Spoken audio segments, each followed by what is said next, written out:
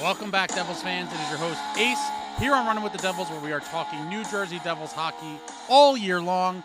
Please hit that subscribe button, smash the like, share with a friend. Thank you very much. And for today's order of business, we are on to the much-delayed summer reading, looking at Chapter 1 of Brodeur Beyond The Crease, Marty's book from years ago.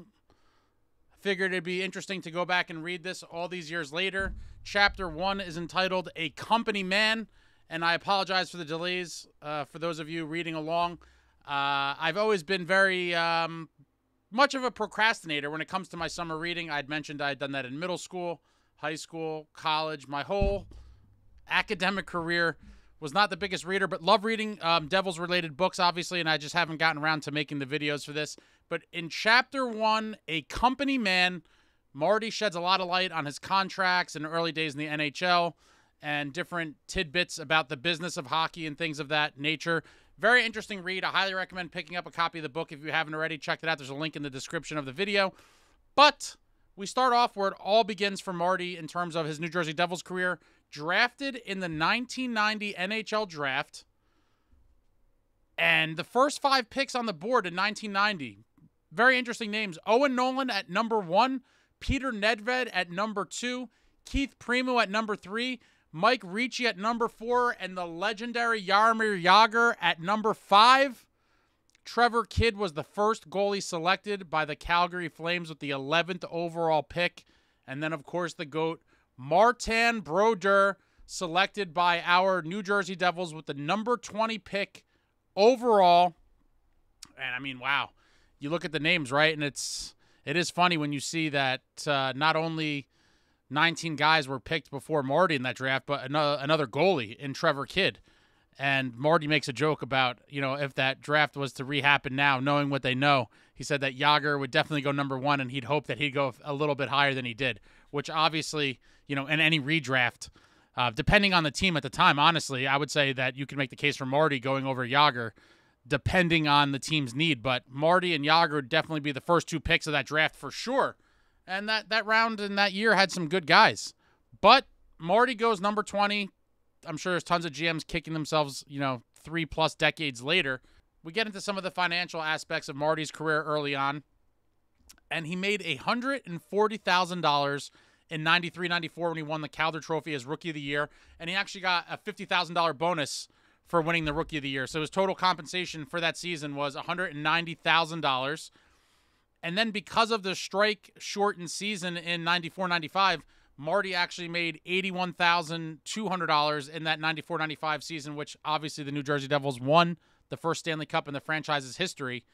And Marty, through the NHLPA collective bargaining agreement, Marty was able to qualify for retroactive arbitration, which was worth $850,000. So he got quite the bump after the fact due to some of the bylaws and things in the NHLPA's agreements.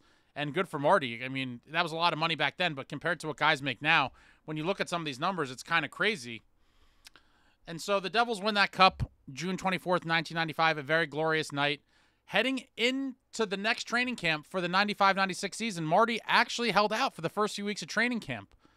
He wasn't there for the first few weeks. The Devils were trying to offer him a 3-year deal worth $3.6 million. Marty's agent said, hell no. So he held out for a few weeks. And then Marty ultimately signed a 3-year deal for $5.3 million, which paid him $1.5 million for the first year, then $1.8 million, and then $2 million. So $5.3 over the 3 years. Quite a bump up from the $3.6 the Devils initially offered. And again, when you just look at these numbers, you know, from roughly 30 years ago, the numbers are staggering, obviously with inflation and the cap going up and all these things. But, you know, players today, you know, they have it way better than guys back then did. And the Players Association has fought for these increased contracts over the years. And when that contract came up, or was about to come up, I should say, it was the middle of the 97-98 season. Marty was looking to negotiate with the Devils an extension for beyond when that contract was up. And Marty's agent apparently did not get along with Lou whatsoever. His agent's name was Lupian. He did not get along with Lou. He played severe hardball. Lou did not like it. And this ultimately led to Marty basically going freelance as his own agent for the rest of his career. And so again, problems with Lamoriello and his agent Lupien. Marty negotiates his own contract, 4 years, $17.1 million, gets it done without the agent, and, you know, it wasn't looked at too kindly by the Players Association and other agents. They were very unhappy that Marty did this. It was kind of looked at as not treason, but it wasn't really the way things were done traditionally, and the Players Association frowned upon it. And I have to say, when I first heard about this back in the day, I thought it was genius by Marty, and he even kind of refers to this in the chapter where, you know, it's not that difficult to be an agent. I mean, Marty said he finished high school, but he said he didn't go to college, he didn't have some fancy finance degree, and he said, you know what everyone else makes, and, you know, to be an agent, it's not that difficult, and he had no problem negotiating several contracts for himself going forward. I always thought it was interesting that players felt the need to have these agents. I mean, I understand why to some extent, but to give them a chunk of your money, if I was an NHL player, I 1,000% would not have an agent. And I would do what Marty did. Negotiate your own contract. He used his lawyer for all the paperwork and stuff, but very interesting stuff. The beginning of Marty on his own. No agent. He negotiates that deal in 97-98. Brings him to the 2001 season, and Marty negotiates another deal by himself for 5 years, $40 million. Now, this was like the big one. This was the single biggest one for Marty over his career. Obviously, before this, he had some money. You know, he had that $3.6 million deal. Then he had a $5.3 million, and then he had a $17 million. So his career earnings are already in the mid-20 millions. But now he signs 5 years, $40 million, $8 million a year. This was kind of the one that was really setting him up for life. I mean, he was already set up before that, but now he's really set up. He had mentioned that this one really was the one that made him feel really good, and now he was super comfortable for life. And with some of that money, he mentions that he built his dream cottage just outside of Montreal. Sounds like an amazing property. And, 5 years, $40 million, man. Now he says, I could afford anything I want. And he goes and he makes this dream cottage. And to celebrate, he went with his lawyer to Kenny Danico's restaurant at the time, Mezzanotte. I've mentioned Mezzanotte in a couple videos and on some lives. Mezzanotte is a integral part of my Devils fan kind of journey. It was a restaurant in Caldwell, New Jersey that Ken Danico owned for, I forget how many years exactly, but he owned it for some time, and I lived very local to the restaurant. I would go there frequently, and almost every single time I went, I would meet tons of players. They were all super friendly, especially the kids would sign my hockey cards and whatever else, and I'm going to make a future video about kind of the night that I became a Devils freak, I would say. But Mezzanotte, integral part to my whole Devils fan story, and for a lot of the Devils fans that lived in the area at the time, there's nothing like it, and I miss it dearly. Some fond childhood memories at the restaurant Mezzanotte, but that is where Marty celebrates with his lawyer after signing the 5 years, $40 million deal. And that brings us to the next contract that he negotiates on himself. We're now in the salary cap era. He signs a 6-year, $31.2 million deal in January of 2006 at 33 years of age. And he was far from done, far from washed up. He won the Vezina in 2007 and 2008 after signing this contract. He had one of his best seasons in 06-07 where he set the NHL single-season wins record with 48. With 48 wins as a nearly 35-year-old man. And so you think about this and where this comes kind of full circle back to the current Devils, and I'm not saying Markstrom is him. Marty is a whole nother beast and a whole nother stratosphere of hockey player and goaltender, but Marty did a lot of great things and accomplished a lot of things in his mid-30s. And I am hoping that in a new city, with a new coach, with new teammates, new everything else, I am hoping that Markstrom can have some of his best years of his career in this mid-30 range. And I don't see any reason why he couldn't. With our revamped defense, with our team fully healthy, I believe we are going to be a threat. I've said it in previous videos. I have very high expectations for this team. I do believe on paper it is a better version of the 22-23 Devils that had the 112-point franchise record-setting season and then winning a round against the Rangers in the playoffs before we ultimately got dispatched by the Hurricanes. But I do believe the 24-25 Devils, on paper at least, is a better version of that 22-23 team. And with Markstrom in net and with Pesce and Dillon and hopefully Luke Hughes and Shimo Nemitz a little more seasoned, I have high hopes for Markstrom. And so for a lot of you, this aimed, if you will, at those of you that keep saying, oh, our goalies are so old and washed up. Go look at what Marty did in his mid-30s. Some of his best seasons, won 2 Vezinas, single-season NHL record for wins. And so, again, Marty and Markstrom are not the same. Marty's the greatest of all time, but it's just to show that goalies can excel in their mid-30s. And mid-30s is not 50 and done. Marty had some of his most productive years in his mid-30s, and I'm hoping Jacob Markstrom does just that as well. So after Marty signs his contract, Marty Turco of the Dallas Stars signs for 4 years, $22.8 million, which puts him at 5.7 AAV. Then Evgeny Nabokov of the Sharks signed a 4-year deal for $21.5 million, which is giving him $5.375 million a year. And Ole the goalie, Olaf Kolzig of the Washington Capitals, signs for 2 years, $10.9 million.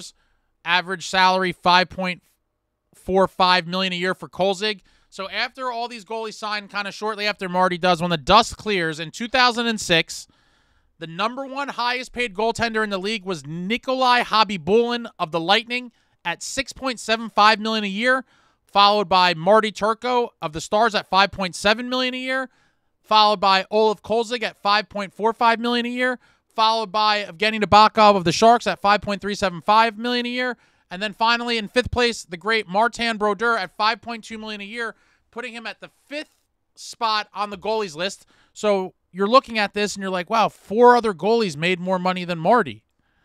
What's going on here? And what's going on here is that now in the salary cap era, Marty had made a ton of money up till this point, and he realized that every dollar he took or commanded from the Devils was taking away from other potential players to help the team win. And this is one of the things, outside of being an amazing talent and all the records and the stats and the cups and everything that Marty has accomplished, Marty was completely selfless when negotiating this deal. He understood that to build a team, you need as many good guys as possible, and now with this new salary cap that the NHL instituted for that season, he needed to be smart about it. And he realized that, yes, I could command a little more money, but it's going to make the team weaker. And Marty talks about it in depth, that he rather take a little less money and make the overall team better because he wanted to win. This is one of my favorite things about Marty, because it's super rare, and especially nowadays, when you see this types of stuff, Marty literally left money on the table for the betterment of the team because he was a team guy. He wanted to win. He wanted to be competitive, and he wanted to win cups. And things like this is why I judge current guys super hard. And it is a different league and everything, but you very sparingly hear of guys doing things like this for the betterment of the team. It seems like most guys want to milk the teams for every red cent they could get out of them, and the Players Association is all about this, and so are the agents, and everything's money, money, money. And it just doesn't happen that often. Once in a while, you see guys give teams a slight discount and sign a team-friendly deal, but it's nowhere near the level that I would like to see it. And delusionally, I will point out, and I will say this on record, I was delusional about a month ago, heading into free agency. I really thought that Steven Stamkos, I said for weeks prior to that I believed he was leaving the Lightning. I believed he was going to sign for less money to go to a contender and then help that team build the best team around him or supplement the team for his best chance to win a cup. I was wrong. Steven Stamkos was 1,000,000% about the money, and he took a big hit in my book. He really did. He got $8 million a year from the Predators, and they are a state tax-free state. So he literally went for the most money he could get out of a team, which was going to be that $8 million from Nashville. No one was giving him more than $8 million a year. That's completely insane. And he's in a state where he doesn't have to pay state tax. So the most amount of that money is staying in his pocket. I hate to say it. Stammer, I really wanted him. He was high on my want list for free agency. I thought there was a chance he might sign for between 5 and 6. Kind of in the spirit of Marty there, where you already have made tons of money in your career. You have more than enough money, have more money than you'll ever need. Your bloodline will be set forever, and so you take a little less money to try to win another cup. Not Steven Stamkos. max dollar in a tax-free state. He lost a lot of points in my book, unfortunately. And, a lot of people will probably flame me for that. But listen, I'm an old school guy, and I do have old school principles. And when you see Marty Brodeur, leaving money on the table to ensure that he's surrounded by the best team, and you see what Stamkos did. And again, I really thought the Devils could have had a shot on him because I expected him to sign for a couple million less than he did to go to a contender and to have the best team around him to try to win another cup. But he went all for the money. I digress, but they don't make them like Marty Brodeur anymore. They don't make them like a lot of these guys. And I hate to go on my old man rant, soapbox rants here, but to me, this chapter kind of encapsulates, it's called A Company Man, and Marty even says that a lot of people kind of have a negative connotation to that, but Marty said he did not, and that, he's part of the team or the company. He wanted to win more than anything, and for that reason, he took less money than he could have got elsewhere. And let's applaud, again, outside of all the amazing stats and accolades of the great Martin Brodeur, leaving money on the table to ensure you have the best chance to win. Oh, man, it's just another reason why Marty's a complete legend. And as many of you know, my absolute favorite player of all time, I have, this is just behind me, you'll see a couple pieces of Marty memorabilia, just the tip of the iceberg. One day I'll start showing more of that. But then at the end of the chapter here, there's a little snippet, the toughest shooters, and then in parentheses, and how many times they beat me. And the first one after chapter 1 here is Alexei Kovalev, 68 games, 19 goals.